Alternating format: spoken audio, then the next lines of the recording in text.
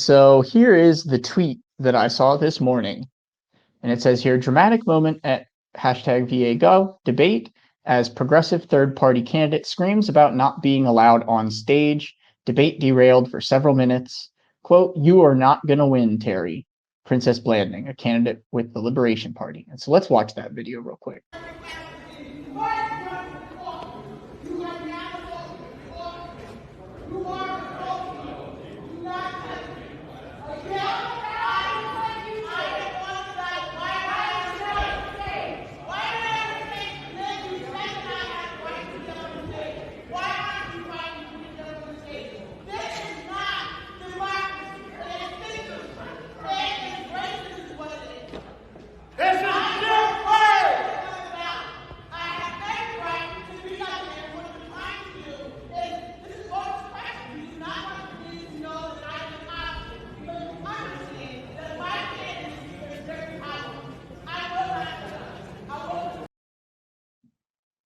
I mean, she's justifiably angry here. We'll see details in a minute. She's she's the only candidate on the ballot who was not included on that debate stage. And so here in the second tweet, we're going to hear what she said after the debate in an interview. Candidate governor on the ballot. And what did you just do there?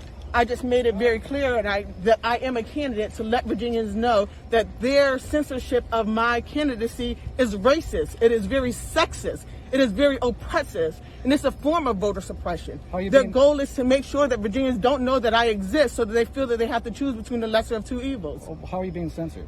They will not allow me to participate in the debates. I made it on the ballot. They have an already made base. I had to work 10 times harder to get on that ballot just to be told that I'm not allowed to debate. I have to come and sit in the audience. I mean, that is a bunch of bullshit. That's exactly what it is. Do you think? And then no police come when this man is literally physically pushing against me. He's taking his big body and he's pushing up against me. Not one police officer comes. We're not going to sit here and talk about it. I was told that this is for the business class. Well, guess what? Those are two millionaires. I made less than $1,500 during the last reporting. In order to get on the ballot, I had next to no money, but I stayed boots on the ground. And people, Virginians across the board, Republican, Democratic, and Independent, signed that petition in order to get me on. But they are trying to silence me so that no one knows that I am a candidate on the ballot, and they feel that they have to choose between the lesser of the two evils. I will not be silenced. Do you think shouting down the debate is the best way to do it? You could just well, call guess a press what? conference Well, guess instead, what? right? And every time I do an interview, most of the press do not even air it, or they will misquote me. Okay, so guess what? I refuse to play by the games and the rules of the duopoly. In order for Virginians to ensure our rightful place, we will take it. I am not going to ask anymore. We have been told to trust the system, and the system is meant to keep third-party candidates oppressed, to make sure that people don't know about us. I have done everything that I needed to do in order to get on the ballot. Why am I not able to participate in the debate? We have these two rich white men that are sitting up there, and you don't hear anyone reporting that I am the only black woman in the history of Virginia to ever make it on the ballot. But I can't have my voice heard. I can't speak and represent the voices, needs, and concerns of all Virginians. Again, it's not okay. And for people to sit in there, all I'm listening to around me is people talking about their timeshares and their investments when we have people who don't have anywhere to lay their heads at. Oh, that's absolutely inspiring, what she's doing right there. And everything she's saying is absolutely correct. They don't include third parties in debates because the two major parties don't want you to know they exist and don't want you to know what they believe in. And so we see here on ballotpedia.com for the Virginia gubernatorial election 2021. And it kind of shows, just how the narrative gets framed in such a way where the only two candidates are always Democrats and Republicans. And, even if there are other candidates on the ballot, like the Liberation Party in Virginia, the first Black woman ever on the ballot for the governor of Virginia, they still get erased from the picture entirely. So you see here, Terry McAuliffe and Glenn Youngkin are running in the general election for governor of Virginia on November 2nd, 2021. Incumbent Governor Ralph Northam is unable to seek re-election due to term limits.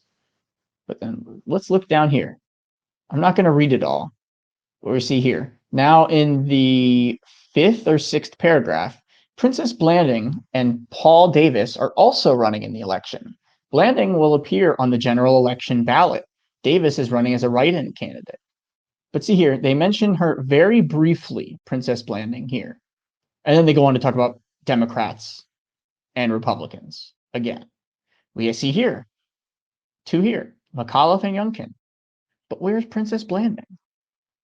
Where is she? Let's look. Election updates. Oh, there we have it. Now we have the 4 major candidates right here. Terry McAuliffe, Glenn Youngkin, Princess Blanding, and Paul Davis, who's a write-in. So his name's not on the ballot. But still, these are the only 4 candidates. And Princess is the only other one whose name is on the ballot. And she is the first Black woman to ever get on the ballot in Virginia. And still completely kept out of the debates. And so let's look a little bit at Princess's platform, because I think it kind of gives us an idea of why she's excluded from the debates like she is. And so let's see here. Public safety and criminal justice reform. We have reallocate funding from police departments to reinvest in education, housing, sustainable energy, and community care programs. That's defund the police, something that both parties almost unanimously disagree with. We have ending qualified immunity, end racist mass incarceration, investigate root causes and establish inclusive initiatives and legislation to combat the profound systemic racism present in Virginia's schools, hospitals, businesses, and the public that exist in the form of discrimination, intimidation, and inequalities. There's another good one down here. This is a big one that the capitalists don't want on the ballot, don't want you to hear about. Nationalize vacant, corporate-owned, unaffordable units and place them under community control with rent-to-own programming, bolstering homeownership for marginalized communities. So that's nationalizing housing, taking housing away from private ownership and putting it in the hands of the community, of the public. That is what we call socialism, folks, or even communism. Let's see another one that probably explains why she's not on that debate stage.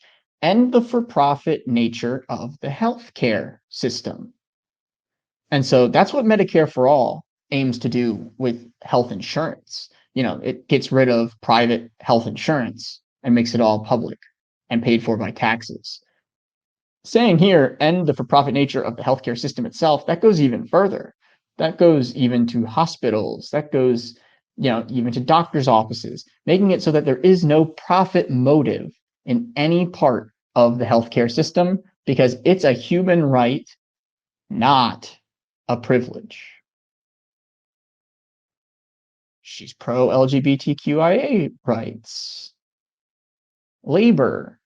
We've got stuff down here about forming more labor unions. And so these are the kinds of candidates that they don't want us to hear about. They don't want us to hear about third-party candidates who are on the ballot. And so here's another example of a third-party candidate that was excluded from the debates. This is Lisa Savage, who was a Green Party candidate for senator in Maine in the 2020 election.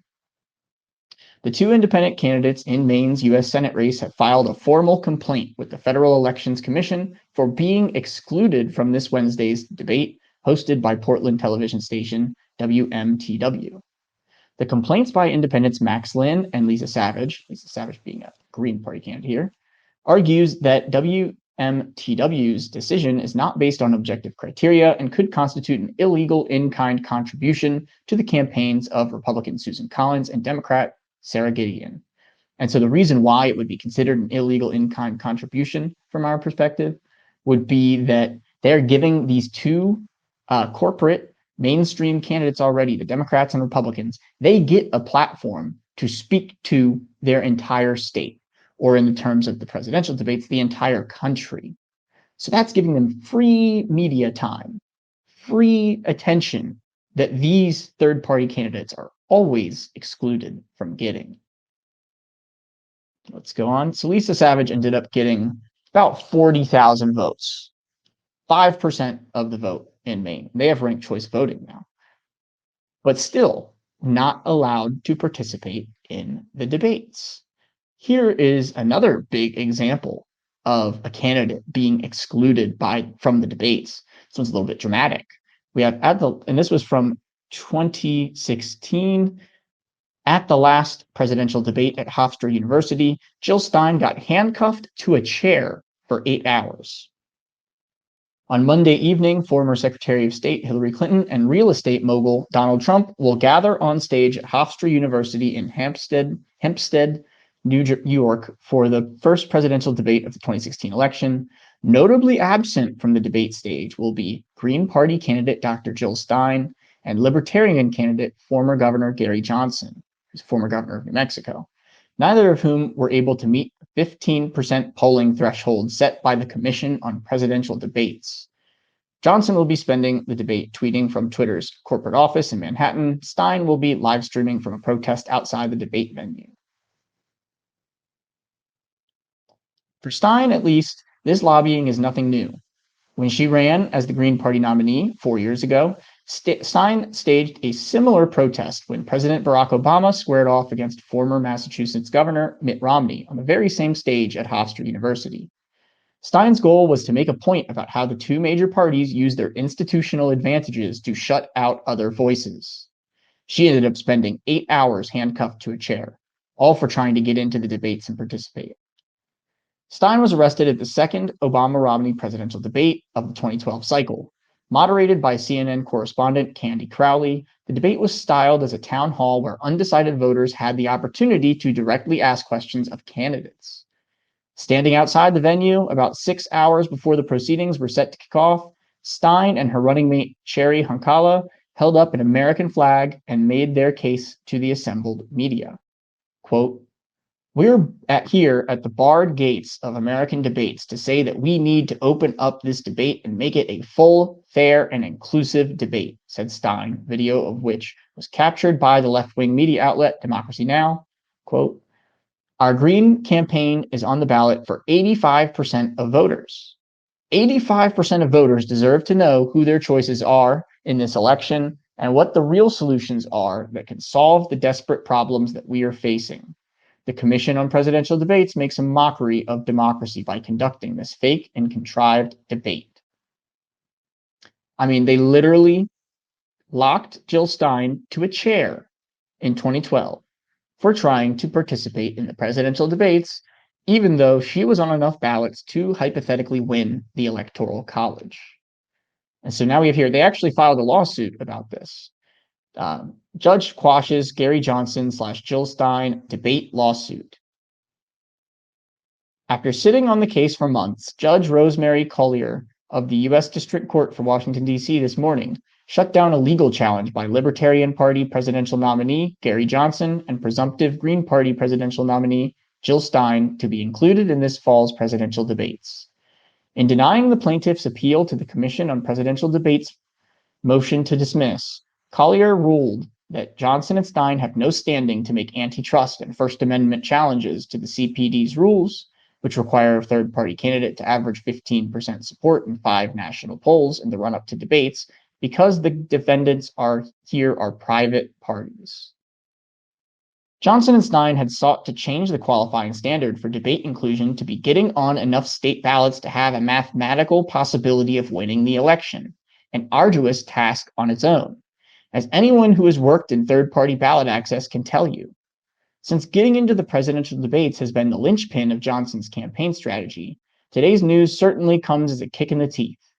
Quote, "It's the most important political litigation in the last 50 years, Judge Jim Gray, the 2012 Libertarian Party vice presidential nominee and 2016 honorary chairman of the Gary Johnson-affiliated Our America initiative, told me 3 weeks ago." And so that's the thing. Johnson and Stein in 2016, what they were trying to do is change the qualifications to get into the debates from being 15% support in 5 different national polls to being mathematically able to win the election. And so this comes in response to people who say, oh, well, we can't let Jill Stein and Gary Johnson on the debate stage because then we just have to let any nobody fringe candidate on too. No, that's not true. In 2016, there were only 4 political parties on enough state ballots to win the Electoral College. Those parties were the Democrats and Republicans, and the Greens and the Libertarians. And so now we're going to look a little bit more at, the idea of if oh, well, if they were popular enough to get on the debate stages, they would have gotten on, but they didn't get on because they're not popular enough. Well, I would counter that by saying the reason they're not popular enough to get on debate stages, whether it be Jill Stein and Gary Johnson, or whether it be local third-party candidates, usually that's the case because of that institutional advantage that Jill Stein was talking about in that last article. The institutional advantage of people know Democrats and Republicans and hear about them on the TV all day, every day. And so from 2016, outside young voters, most Americans still don't know Johnson or Stein. So today's piece on the growing momentum of both Jill Stein and Gary Johnson among younger voters is a positive sign for both campaigns. But outside of these demographics, Gallup shows a much more negative outlook for both minor party candidates because it seems only young voters know who they are. Approximately 2/3 of Americans still don't consider themselves familiar with Johnson at 63% and Stein at 68%. And so that's the thing. If you are only known by 30% of voters and you have 10% in the case of Johnson in that poll and 5% in the case of Jill Stein in that poll. So they had about half the people who knew them kind of liked them and were willing to vote for them. But think about it. If they had been able to get on the main debate stage against Donald Trump and Hillary Clinton, the 2 most unpopular presidential candidates in modern American history, if the voters had been given a legitimate choice of a third-party candidate in Gary Johnson or Jill Stein, it's very likely that more people would have supported them. So it's a chicken or the egg dilemma here.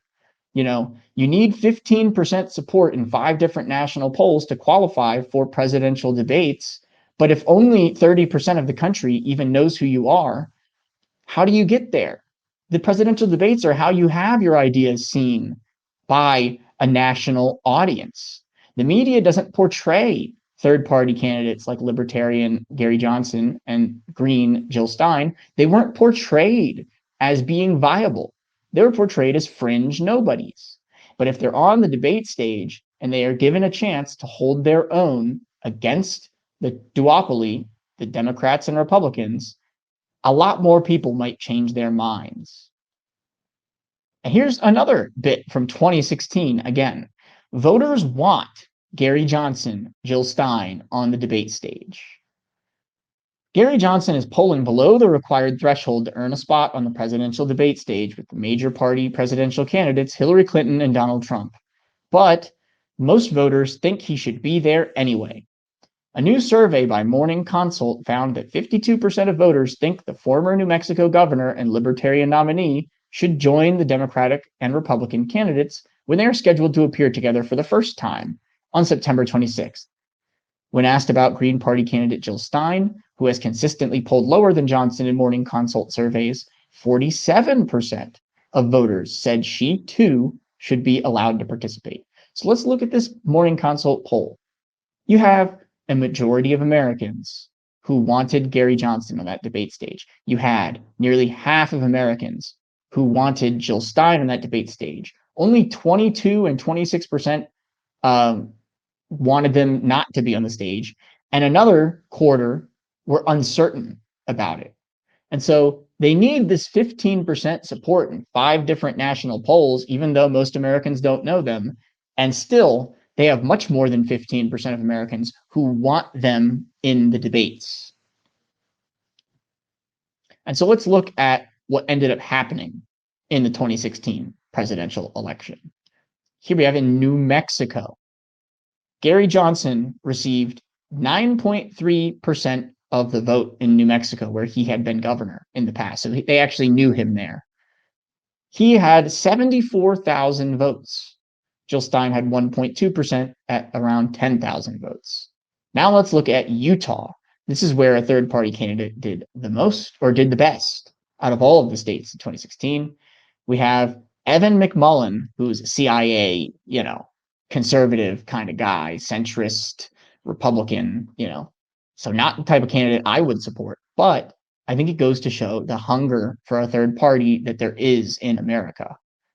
Evan McMullin had received 240,000 votes, 21.3%, and he had also not been able to debate.